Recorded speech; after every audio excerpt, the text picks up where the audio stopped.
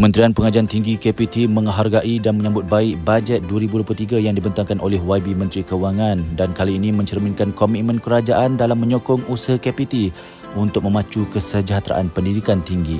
KPT juga amat berterima kasih atas keprihatinan kerajaan terhadap pembangunan pendidikan tinggi negara melalui peruntukan keseluruhan yang meningkat sebanyak 4.25% berbanding tahun 2022 iaitu 15.1 bilion ringgit. Ini meliputi 11.7 bilion ringgit bagi perbelanjaan mengurus dan 3.4 bilion ringgit bagi perbelanjaan pembangunan.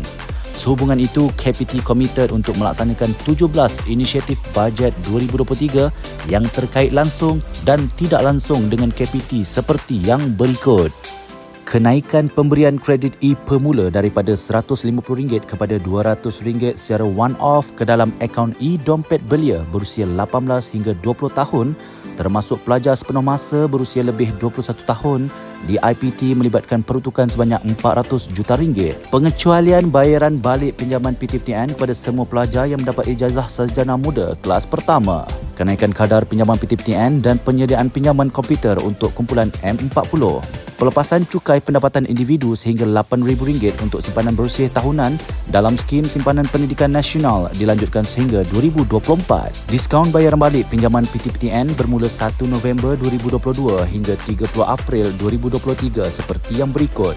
Diskaun 20% atas baki hutang untuk penyelesaian penuh pinjaman, diskaun 15% untuk bayaran sekurang-kurangnya 50% daripada baki hutang dalam sekali bayaran dan diskaun 15% untuk bayaran balik melalui potongan gaji atau debit terus mengikut jadual. Pemerkasaan pendidikan dan latihan teknikal dan vocational TVET dengan peruntukan keseluruhan bernilai RM6.7 bilion yang antara lain melibatkan usaha yang mencapai sasaran sekurang-kurangnya 55% lepasan SPM melanjutkan pengajian dalam bidang TVET menjelang 2025.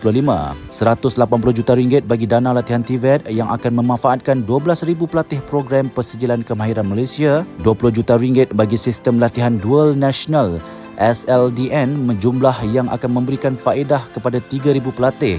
Penawaran beasiswa dan pinjaman pendidikan dengan peruntukan sehingga RM3.8 bilion, penyediaan kemudahan pendidikan buat anak-anak Bumiputera melalui MARA, Yayasan Peneraju dan UiTM yang berjumlah RM6.6 bilion, pemberian insentif penggajian di bawah perkeso bagi majikan yang menggaji belia berumur 18 hingga 30 tahun yang menganggur lebih daripada 3 bulan termasuk graduan TVET, pemerkasaan program peningkatan kebolehpasaran graduan melibatkan 9,000 graduan menerusi dana inovasi digital Digit bernilai RM30 juta. Pelaksanaan program usahawan Siswazah Push dengan peruntukan sebanyak RM20 juta bagi manfaat 1,000 graduan yang menceburi bidang keusahawanan. Penyelenggaraan dan menaik taraf kemudahan Universiti Awam dengan peruntukan RM300 juta. Pembudayaan inisiatif kampus hijau Universiti Awam melalui peruntukan sebanyak RM10 juta.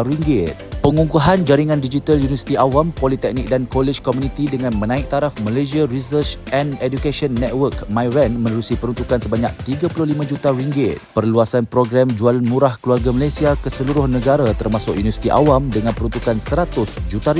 Bekerjasama dengan Yayasan Rose melalui Universiti Melaya dan Universiti Malaysia Sarawak bagi pelaksanaan rintis saringan kanser cervix menggunakan kaedah baharu ujian saringan PCR. Peruntukan aktiviti penyelidikan dan pembangunan R&D bawah Kementerian Penggajian Tinggi dan Kementerian Sains, Teknologi dan Inovasi sejumlah RM364 juta.